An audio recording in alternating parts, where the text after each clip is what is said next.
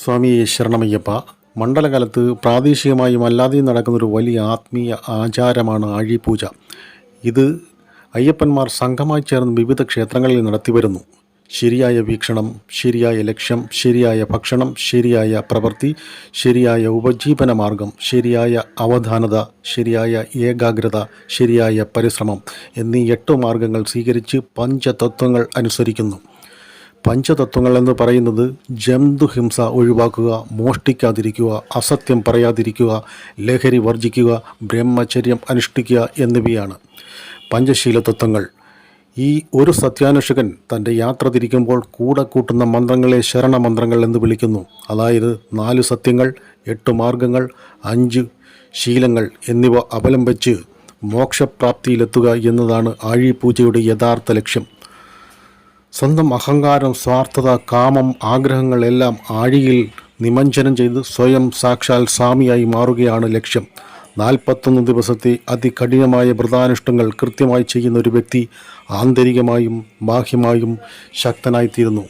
അതായത് physically mentally വളരെ strong ആയിത്തീരും എന്നതാണ് ആഴിപൂജയും ഈ വ്രതാനുഷ്ഠാന കാലത്തെ, ഈ മണ്ഡലകാലത്തെ കാര്യങ്ങളിൽ നിന്ന് ഓരോ വ്യക്തികളും മനസ്സിലാക്കേണ്ടത്.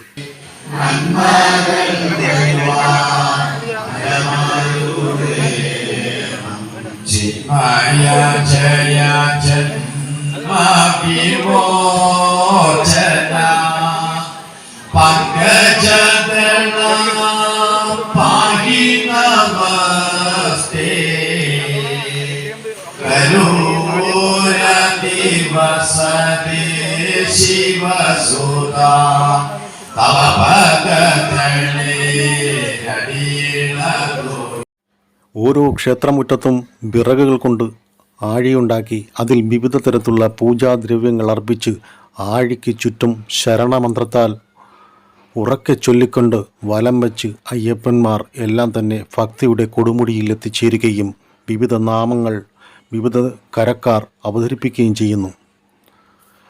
അയ്യപ്പന്മാരും പൊതുജനങ്ങൾക്കും ഏറ്റവും അവസാനം പ്രസാദ വിതരണം നടത്തുകയും ചെയ്യും. മണിക്കൂറുകൾ നീണ്ടു നിൽക്കുന്ന ഈ ചടങ്ങുകൾ സന്ധ്യാനേരം മുതൽ രാത്രി വൈകിയും നടത്തിവരുന്നു.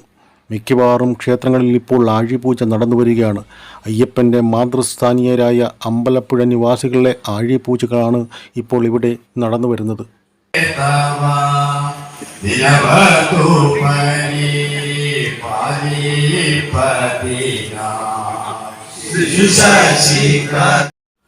ഈ മണ്ഡലകാലം ഭക്തിയും മുക്തിയും നിറഞ്ഞ അതിമഹത്തായ ഒരു പുണ്യകാലം. വ്രതാനുഷ്ഠാനങ്ങളുടെ 41 ദിവസത്തെ കഠിനമായ വ്രത അനുഷ്ഠാനങ്ങളുടെ പര്യസമാപ്തിയിലേക്ക് എത്തിച്ചേരാൻ എല്ലാ അയ്യപ്പന്മാരും ഈ വഴിയോരങ്ങളിലും ക്ഷേത്രമുറ്റങ്ങളിലും വിവിധ തരത്തിലുള്ള ആചാരങ്ങൾ നടത്തി വരുന്നു.